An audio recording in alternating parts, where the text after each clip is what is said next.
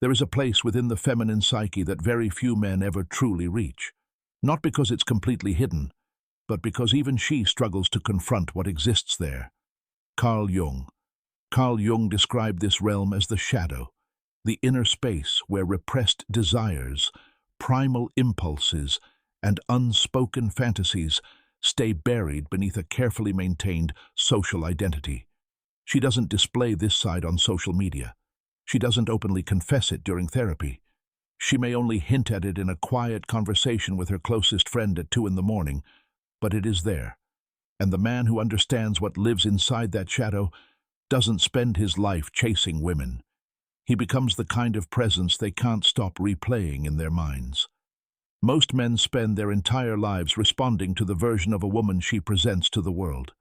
The agreeable version, the logical version, the version that claims she wants a kind, emotionally open man who communicates well.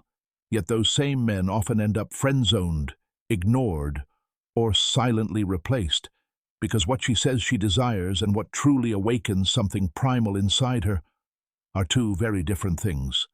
This isn't about manipulation. It isn't about tactics or cheap tricks.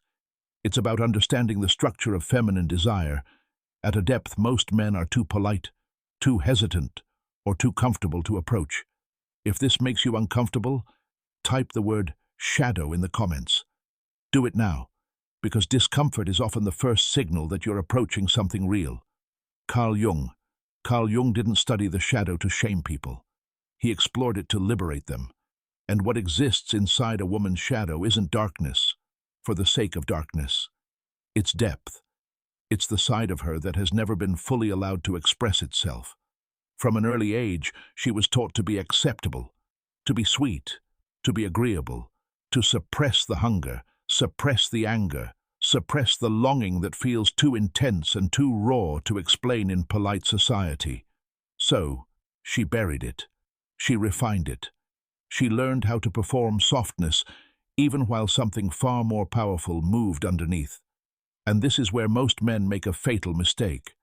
They meet a woman, observe the performance, and only respond to the performance itself. They bring flowers to the mask. They write poetry to the social facade. They attempt to logically earn their place in her heart through consistency and good behavior.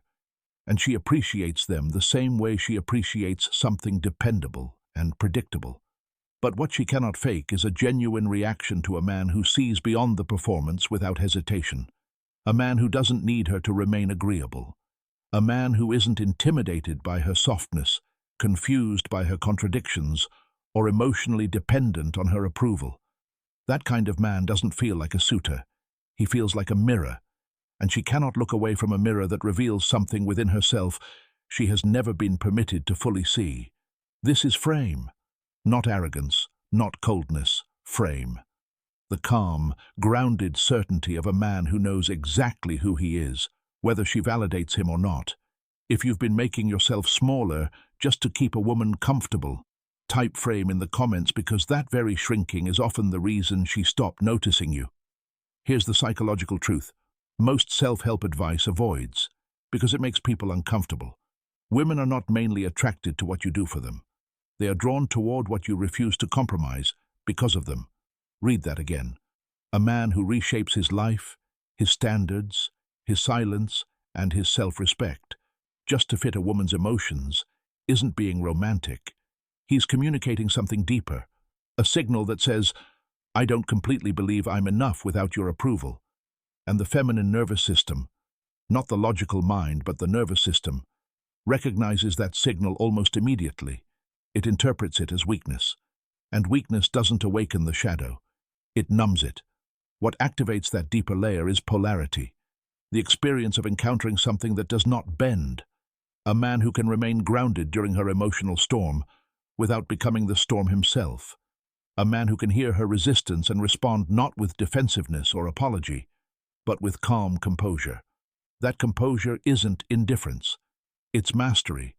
And mastery is one of the oldest and most powerful forms of attraction that exists. As a mature man, you possess something younger men cannot imitate.